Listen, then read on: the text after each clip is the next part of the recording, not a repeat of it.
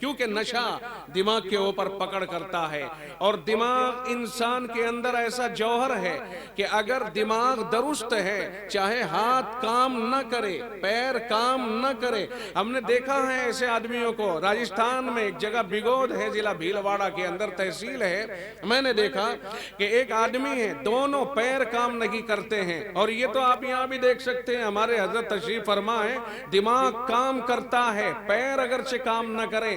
ہندوستان کے بے شمار علاقوں کے اندر حضرت کا دورہ ہوتا ہے. بات سمجھ میں رکھیں.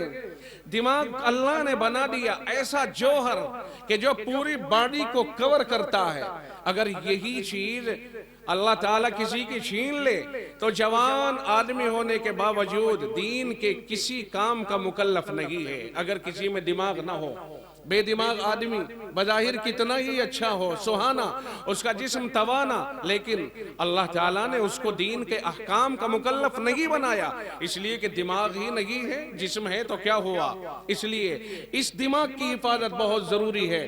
اگر نشہ کرتا ہے آدمی تو نشے کی صورتحال یہ بنتی ہے کہ جب دماغ پر نشے کی لت چڑھ جاتی ہے تو آدمی اسی طرف جاتا ہے. بار بار نشہ اترتا ہے، دوبارہ پھر طلب بڑھتی ہے، پھر نشہ اترتا ہے، پھر طلب بڑھتی ہے، نوبت یہاں تک پہنچتی ہے. کاروبار کی طرف ذہن نہیں جاتا ہے، تعلیم کی طرف ذہن نہیں جاتا ہے، اپنی فیملی کو کس طرح اوپر کیا جائے اس طرف ذہن نہیں جاتا ہے. بس اسی میں آدمی مگن رہتا ہے. نشہ اترا، نشہ تلاش کیا، نشہ چڑھایا، اسی میں آدمی مگن رہتا ہے. جس قوم کو تباہ کرنا ہو اس قوم کو نشے کا عادی بنا دیا جائے. نوجوانوں، تمہارے اوپر دار و مدار ہے پورے معاشرے کا. اگر کوئی نوجوان نشے میں پڑ جاتا ہے، سمجھ لو کہ وہ تباہی کے راستے کے اوپر چل پڑا، تباہی کی طرف جا رہا ہے.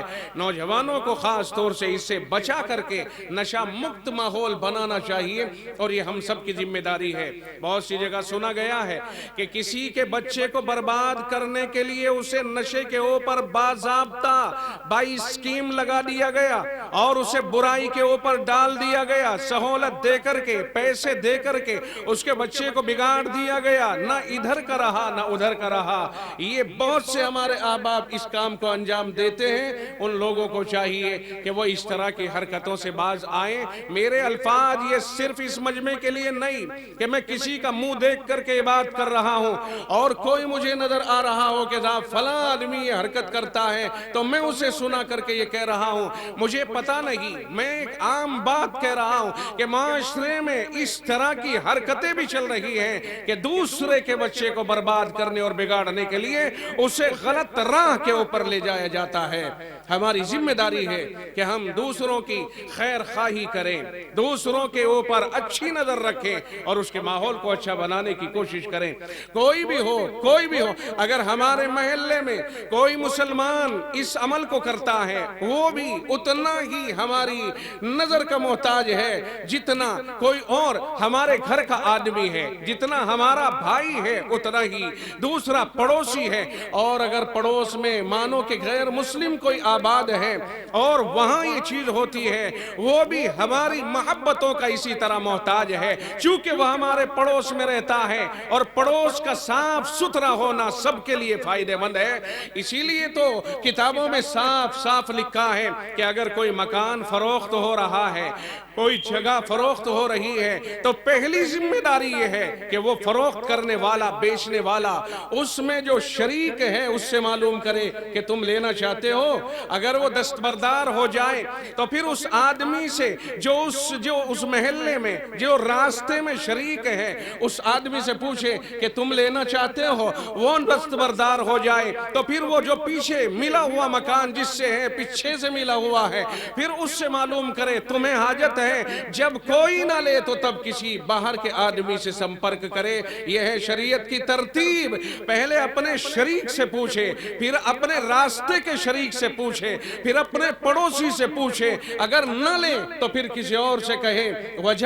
وجہ یہ ہے کہ پڑوس کا صاف ستھرا ہونا بے حد ضروری ہے۔ یہ حضرات ہمارے پڑوس میں رہتے ہیں، دیکھے بھالے ہیں، اگر کوئی باہر کا آدمی یہاں پھنس گیا اور بری عادت کا ہوا، برا آدمی ہوا، پورے پڑوس کو خراب کر سکتا ہے۔ اس لیے ترتیب شریعت نے بنائی ہے کہ مکانوں کے فروخت کرنے میں بھی اس کا لحاظ رکھا جائے، اور شرعی ضابطہ یہ ہے کہ اگر آپ نے اپنے شریک کو نہیں پوچھا، یا اپنے راستے کے شریک کو نہیں پوچھا، یا اس کے بعد اپنے پڑوسی کو نہیں پوچھا، اور کسی اور کو آپ نے مکان بیچ دیا، اسے معلوم ہوا، فوراً ہی وہ اپنے آپ کا اعتراض درج کرائے اور جا کر کے مقدمہ کرے کہ یہ مکان اس کا حق میرا تھا جو دوسرے پر گیا ہے۔ شریعت کہتی ہے کہ حاکم، قاضی اور فیصل اور جج اس کی ذمہ داری بنتی ہے کہ وہ مکان اس سے واپس لے اور اس کو دلوائے۔ یہ ہے پڑوس، تاکہ ماحول خراب نہ ہو جائے۔ ماحول کے تحفظ کے لیے اور ماحولیاتی آلودگی سے بچانے کے لیے شریعت نے یہاں تک کہا ہے۔ ہماری عجیب صورتحال ہے کہ کوئی کر رہا ہے، کچھ بھی کرتا رہے، ہماری کیا ذمہ داری ہے؟ نہیں، ہماری ذمہ داری بنتی ہے کہ ہم اس پر نظر رکھیں اور اپنے ماحول کو پاک کرنے کی کوشش کریں۔ شراب کی طرف جا رہا ہے، نشے کی طرف جا رہا ہے، تباہی کی طرف جا رہا ہے۔ رسول رحمت صلی اللہ علیہ وسلم نے ارشاد فرمایا، الخمر جمع الاسم، فرمایا شراب تمام گناہوں کی جڑ ہے۔ جب آدمی شراب پیے گا، ہر گناہ اس سے آسان ہو جاتا ہے۔ شرابی کوئی بھی گناہ کر سکتا ہے، وہ قتل بھی کر سکتا ہے، وہ زنا بھی کر سکتا ہے، وہ بیوی کو طلاق بھی دے سکتا ہے، وہ کوئی بھی عمل کر سکتا ہے۔ شراب کو اللہ کے نبی صلی اللہ علیہ وسلم نے یہ فرمایا، شراب تمام کی تمام گناہوں کی جڑ ہے، پوری تمام گناہوں کی جڑ جسے قرار دیا جا رہا ہے۔ اور مسلمان نوجوان اس کی طرف رغبت کے ساتھ جا رہا ہو۔ شادیوں میں سنا گیا ہے کہ شادیوں میں شراب کا رواج چالو ہو گیا، تھوڑا تھوڑا لگانا شروع کر دیا ہے۔ دو دوستوں کی شادیوں میں گھنٹوں گھنٹوں ڈانس کرنے والے، ہم سمجھتے ہیں کہ اگر آپ کو یہ کہا جائے کہ آپ یہاں کودیے، آپ یہاں پریکٹس کیجئے، آپ یہاں جم کیجئے، تو آپ 10 منٹ میں بے قرار ہو جاتے ہیں، تھک جاتے ہیں۔ لیکن ایک کودنے والا اپنے دوست کی شادی میں 1 گھنٹہ کودتا ہے، ناچتا ہے اور اپنے آپ کو متحرک کر کے دکھاتا ہے۔ کیا خیال ہے، 1 گھنٹے میں اس کا سانس نہیں اکھڑا ہے، 1 گھنٹے تک وہ اس طرح سے مدہوش ناچ رہا ہے۔ معلوم ہوتا ہے کہ آج لگا کر کے آیا ہے، بغیر لگائے ہوئے اتنی دیر تک نہیں کودا جا سکتا ہے۔ شادیوں میں یہ رواج بڑھتا جا رہا ہے۔ نوجوانوں، آپ اپنی جوانی کے اوپر ترس کھائیے۔ آپ سے مراد آپ ہی نہیں، پھر کہتا ہوں میں، یہ جملہ صرف ایک تعبیر ہے۔ اس جملے کے یہ معنی نہیں کہ سامنے بیٹھا ہوا میرا وہ اس کا من مطمئن نظر بن گیا کہ میں اس کو دیکھ کر کہہ رہا ہوں کہ یہ مجھے کیا معلوم کوئی کس عمل میں مبتلا، لیکن ایک تعبیر کہ آپ کا مطلب یہ ہے کہ ہمارے نوجوان احباب خاص طور سے، اور جنہیں عادت ہو گئی بڑھاپے تک پہنچ گئے، وہ عام طور سے شراب سے بہت دوری بنائے۔ اس لیے کہ شراب اتنی خطرناک چیز ہے کہ اللہ نے شراب کے بارے میں قرآن کریم کے اندر خود کہا، یا ایھا الذین آمنوا انما الخمر، سب سے پہلے اس قبیحات کو اور قبیح چیزوں کو بیان کرنے کے لیے اللہ نے خمر یعنی شراب کا لفظ استعمال کیا۔ اے ایمان والو، یہ شراب، انما الخمر یہ شراب، والمیسر اور یہ جوا، والانصاب یہ بت پرستیاں، والازلام اور یہ جوئے، یہ تیروں سے فال نکالنا وغیرہ جو زمانہ جاہلیت کا ایک رواج تھا۔ فرمائے رجسن گندگی ہے، فاجتنبوہ اس سے دور رہو، اس سے فوراً بچ جاؤ۔ یہ اللہ کی طرف سے فرمان آیا، آرڈر آیا، اور اس کا نتیجہ یہ ہوگا کہ اگر بچو گے لعلکم تفلحون کہ تم کامیاب ہو جاؤ۔ شراب سے بچنا یہ پہلی چیز ہے، شراب۔ اس کے بعد میں یہ جوا ہے، یہ سٹا ہے۔ آج کل شراب کی طرف چونکہ مائل بہت ہو رہے ہیں، اس لیے میں اس بات کو کو زور دے کر کے کہنا چاہتا ہوں کہ ہمیں اپنے احباب کو، اپنے بھائیوں کو شراب جیسی مہلک چیز سے بچانا بے حد ضروری ہے، اور اس کے اوپر کوئی کمپرومائز نہیں۔ ہمارے اپنے بچپن میں ایسا سنتے تھے، اگر پورے خاندان میں کوئی ایک آدمی شراب پی لے اور اس کا پتہ چل جائے تو پورے خاندان کا سر نگو ہو جاتا تھا، پورا خاندان اس میں اپنی بے عزتی محسوس کرتا تھا، اور اس آدمی کے اوپر سب چڑھائی کر دیتے تھے کہ یہ کیا کیا۔ لیکن آج دور حاضر میں اب تو یہ کہا جانے لگ گیا کہ آپ شراب ٹھیکے سے پی کے نہ چلیں، بلکہ آپ ایسا کر لیں، شراب وہاں سے لے کے آئیں، عزت و احترام کے ساتھ اپنے گھر میں بیٹھ کر کے پی لیں، اس میں آپ کی عزت محفوظ رہے گی۔ کیا مشورہ دے رہے ہیں؟ مشورے کے یہ معنی نہیں کہ وہ یہ کہنا چاہ رہے ہو کہ شراب لے کے آؤ اور پیو، بلکہ وہ لوگ بھی اسے برا سمجھتے ہوئے کہتے ہیں کہ کتے کی طرح کہیں رستے میں گرا پڑا اب اگر رہے تو اس سے بہتر یہ ہے کہ تو لے کے کم از کم اپنے گھر میں جا کر کے پی لیں۔ معاذ اللہ، ہمارے لیے یہ جملے انتہائی خطرناک ہیں، ہماری زبان کے اوپر یہ جملے چڑھے ہی کیوں؟ ہمیں یہ جملے نہیں کہنے چاہیے۔ ہمیں اس سے کیا مطلب ہے؟ یاد رکھیے، شراب مسلمان کے یہاں پر کوئی مال بن ہی نہیں سکتا ہے۔ شراب اور خنزیر دو چیزیں ایسی ہیں جو مسلمان کی یہاں پر مال نہیں بن سکتا ہے۔ اگر کوئی آدمی کمائی کرتا ہے، شراب کی کمائی کرتا ہے، شراب کا کاروبار کرتا ہے، تو پھر یاد رکھیے یہ مسلمان اگر شراب کا کاروبار کرتا ہے، کاروبار اپنی جگہ پر، لیکن یہ اس کا مالک نہیں بن سکتا ہے، اس لیے کہ شراب کو اللہ نے مسلمان کے لیے مال قرار دیا ہی نہیں ہے۔ شراب مسلمان کے لیے مال نہیں ہے۔ اللہ کے نبی علیہ السلام نے لعنت فرمائی ہے، اور بڑی وضاحت کے ساتھ لعنت فرمائی ہے۔ لعن اللہ الخمر، اللہ نے لعنت کی ہے۔ رسول اللہ نے بتایا کہ اللہ نے لعنت کی ہے الخمر، شراب کے اوپر، اور اس سے تعلق رکھنے والے 8 افراد کے اوپر لعنت برسائی ہے۔ اللہ تعالیٰ نے فرمایا شراب کے اوپر لعنت، شراب پینے والے کے اوپر لعنت، شراب بنانے والے کے اوپر لعنت، شراب بنوانے کے اوپر والے کے اوپر لعنت، شراب کا کاروبار کروانے والے کے اوپر لعنت، کاروباری کے اوپر لعنت، شراب کے بارے میں ٹریول کرنے والے کے اوپر اور بھاڑا اور کرایہ کرنے والے کے اوپر لعنت۔ جو آدمی شراب کو لے کے جا رہا ہے کہیں، کہتا ہے میں نے گاڑی بنائی ہے، مجھے ایک بھاڑا مل رہا ہے، مجھے یہاں سے وہاں تک مال پہنچانا ہے اور اتنا پیسہ مل رہا ہے، لعنت ہے اس کے اوپر جو اپنی گاڑی میں شراب کو لے کر کے کسی کے یہاں کرائے کے اوپر بھی جائے۔ اس قدر شراب سے اللہ تعالیٰ ناراض ہوتا ہے۔ شرابی پر لعنت، شراب پر لعنت، ہر ایک پر جو شراب سے جڑتا چلا جائے گا، ہر ایک کے اوپر اللہ کی لعنت۔ اب جب لعنتیں ہی لعنتیں برسیں گی بھائی، پھر اللہ کی رحمت کدھر سے آئے گی؟ یہ شراب اتنا خطرناک ترین معاملہ ہے، اس میں کوئی سمجھوتا ہے ہی نہیں، کہیں سے کہیں تک بھی کوئی سمجھوتا نہیں۔ اس لیے مسلمانوں کو تو خاص طور سے چاہیے کہ وہ شراب کے قریب تک نہ جائیں۔ جس زمانے میں لوگ شراب پیتے تھے، اللہ کے نبی علیہ السلام پر جب قرآن کریم نازل ہو رہا تھا، شراب پیتے تھے اور ایمان وہی لائے جو اس وقت کے شرابی، کبابی، جواری، قاتل، یہ سب کفار وہ ایمان لانے لگ گئے۔ ایمان والوں کی خوبیاں اور اللہ کے رسول صلی اللہ علیہ وسلم کے اخلاق کو دیکھ کر ایمان قبول کر رہے ہیں، اور آہستہ آہستہ جو ان کی پرانی عادتیں تھی قرآن اتر رہا ہے، اور جس بری عادت کے اوپر اللہ نے تنقید کی اسی کو وہ چھوڑتے چلے جایا کرتے تھے۔ جس بات سے اللہ نے روک دیا فوراً رک جایا کرتے تھے۔ تو اللہ اور اس کے رسول کے فرمان کے اتنے تابعدار تھے صحابہ کہ جس بات سے اللہ اور اس کے رسول نے روکا اسی لمحہ رکے۔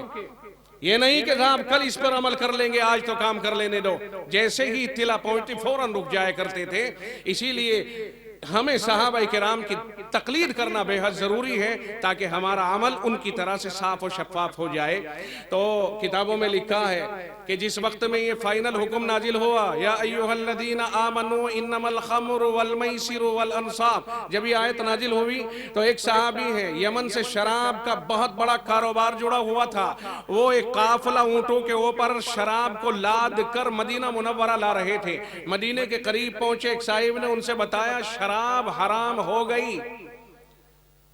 انہوں نے کہا شراب حرام ہو گئی، مکمل حرام ہو گئی؟ کہا بالکل مکمل حرام ہو گئی۔ وہیں پر اپنا قافلہ روک دیا اور مدینہ منورہ میں رسول اکرم صلی اللہ علیہ وسلم کے پاس حاضر ہوا اور پوچھا یا رسول اللہ کیا شراب حرام ہو گئی؟ اللہ کے رسول نے فرمایا ہاں شراب حرام ہو گئی۔ قرآن کریم کی آیت بتائی۔ انہوں نے کہا کیا میں اس شراب کو واپس کر کے اپنا پیسہ لا سکتا ہوں؟ آپ نے فرمایا شراب کی قیمت بھی حرام۔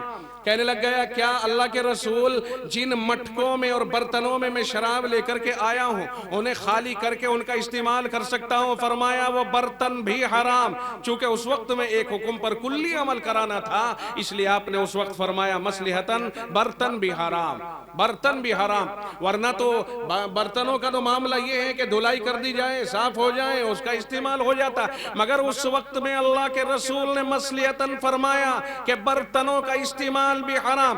اب وہ پہنچ گیا جہاں پر اس نے اپنے اونٹوں کا قافلہ روکا ہوا تھا، وہاں پہنچا، ایک موٹا ڈنڈا لیا اور ان مٹکوں میں جو مارنا شروع کیا انہیں پھوڑنے لگ گیا۔ مدینہ منورہ کے اوپری حصے کے اوپر اس کا قافلہ رکا ہوا تھا۔ صحابہ کا بیان ہے کہ وہ شراب اتنی زیادہ مقدار میں تھی کہ جب وہ بہنے لگ گئی اور نیچے کی طرف بہتی چلی تو ایسا لگ رہا تھا جیسے موسلا دھار بارش کا تیز پانی بہ رہا ہو، اتنا شدید بہاؤ تھا، اتنا بڑا، اتنی رقم، اتنی مالیت انہوں نے صرف اور صرف اس لئے قربان کی کہ اللہ کا حکم آ گیا، رسول نے روک دیا۔ رب کہتا ہے وَمَا آتَاكُمُ الرَّسُولُ فَخُذُوهُ، جس بات کو تمہیں رسول دے اسے لے لو، وَمَا نَهَاكُمْ عَنْهُ فَانْتَهُوا، اور جس بات سے تمہیں روک دے رک جاؤ۔ چنانچہ صحابہ کا یہ طرح امتیاز تھا کہ انہوں نے جیسے ہی سنا فوراً شراب سے دستبردار ہو گئے۔ یہ ہے وہ جذبہ کہ رب کے حکم کے سامنے اب کوئی چیز نہیں ٹھہرنے والی۔ یہ بھی لکھا ہے کتابوں میں احادیث کی کہ اگر کسی نے شراب کا جام اپنے ہاتھوں میں لیا ہوا تھا اور یہ آیت اس کے کانوں میں پڑ گئی اور اسے شراب پینے کی طرف ہونٹوں کے قریب لے گیا، جیسے ہی کانوں میں شراب کی مکمل حرمت کا حکم آیا فوراً اس نے وہ پیالہ زمین کے اوپر رکھتے ہوئے دستبردار ہو گئے۔ اور یہ صحابہ کرام نے جب عمل کیا تو جا کر کے شریعت مطہرہ مکمل خوبیوں کے ساتھ دنیا کے اندر پھیلی۔ تو ہم عرض کرتے ہیں اپنے احباب سے کہ جو شراب پیتا ہوا پتہ چلے اس کو سمجھایا جائے اور بتایا جائے کہ شراب انتہائی خطرناک ترین چیز ہے۔ آپ حضرات اس بات کو آگے تک پہنچاؤ گے یا نہیں پہنچاؤ گے؟ یا صرف سن لیا اور ختم کر دو گے؟ شراب سے بہت، اور شراب تو ایک بات ہے، شراب بڑی چیز ہے، نیچے اس کے بہت سے مراتب ہیں۔ نشے، نشیڑیوں کا عالم نہ دیکھا کس طرح سے گھومتے پھرتے رہتے ہیں باولوں کی طرح سے، نہ ان کی عقل کام کرے نہ ان کا جسم کام کرے، اتنی بری حالت۔ کوئی صاحب بھانگ رگڑ رہا ہے، کوئی کچھ کر رہا ہے، کوئی سگریٹوں میں بھر رہا ہے، بس اپنا موج مستی۔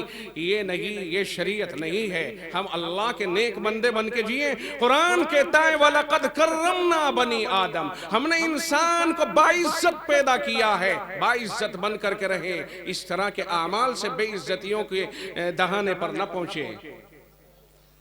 بات لمبی ہو جائے گی، اس سے میں اس ٹاپک کو روکتا ہوں اور یہیں پر آپ سے عہد لیتا ہوں کہ آپ حضرات انشاءاللہ العزیز معاشرے کے اندر اس بات کا غور و فکر کریں گے، اس بات کے اوپر کہ کہیں کوئی ہمارا جوان شراب تو نہیں پی رہا ہے۔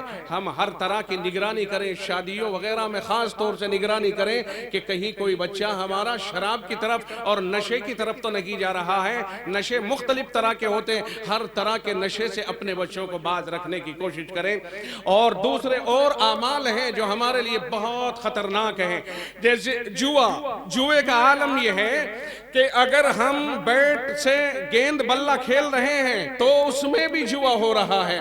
اگر ہم والی بال کھیل رہے ہیں تو تقریباً بہت سی جگہوں پہ سنا اس میں بھی جوا ہو رہا ہے. نوجوان کا تو کوئی کھیل ایسا لگ بھگ رہا ہی نہیں کہ جس میں جوا بازی نہ ہو رہی ہو. ہم نے جوا صرف اسے سمجھا کہ صاحب پیسے لگا دیے، بیٹھ گئے، تاش کھیل رہے ہیں اور اس پہ جو ہار جائے وہ اتنے دے گا، جو جیت جائے اسے اتنا ملے گا. ہم نے صرف جوے کا تصور یہاں تک کیا ہے. نہیں، جوا اس کا مفہوم بہت عام ہے.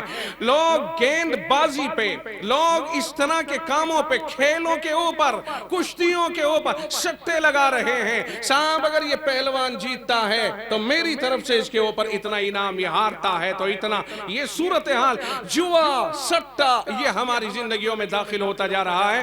اس سے بھی اپنے آپ کو بچانے کی کوشش کریں. جوئے باز کبھی نہیں پنپ سکتا ہے.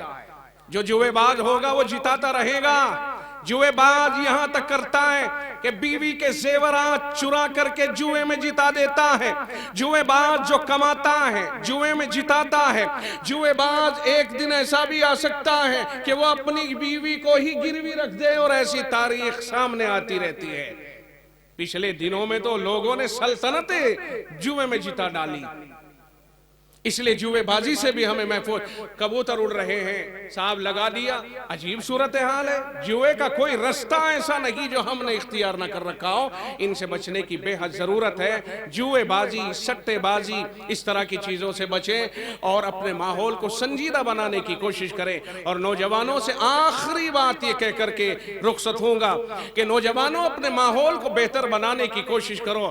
کسی کے ماحول سے متاثر ہو کر کے ہم اپنے آپ کو اس جیسا نہ بنا لے، اس کی طرح اپنے آپ کو نہ بنا لے.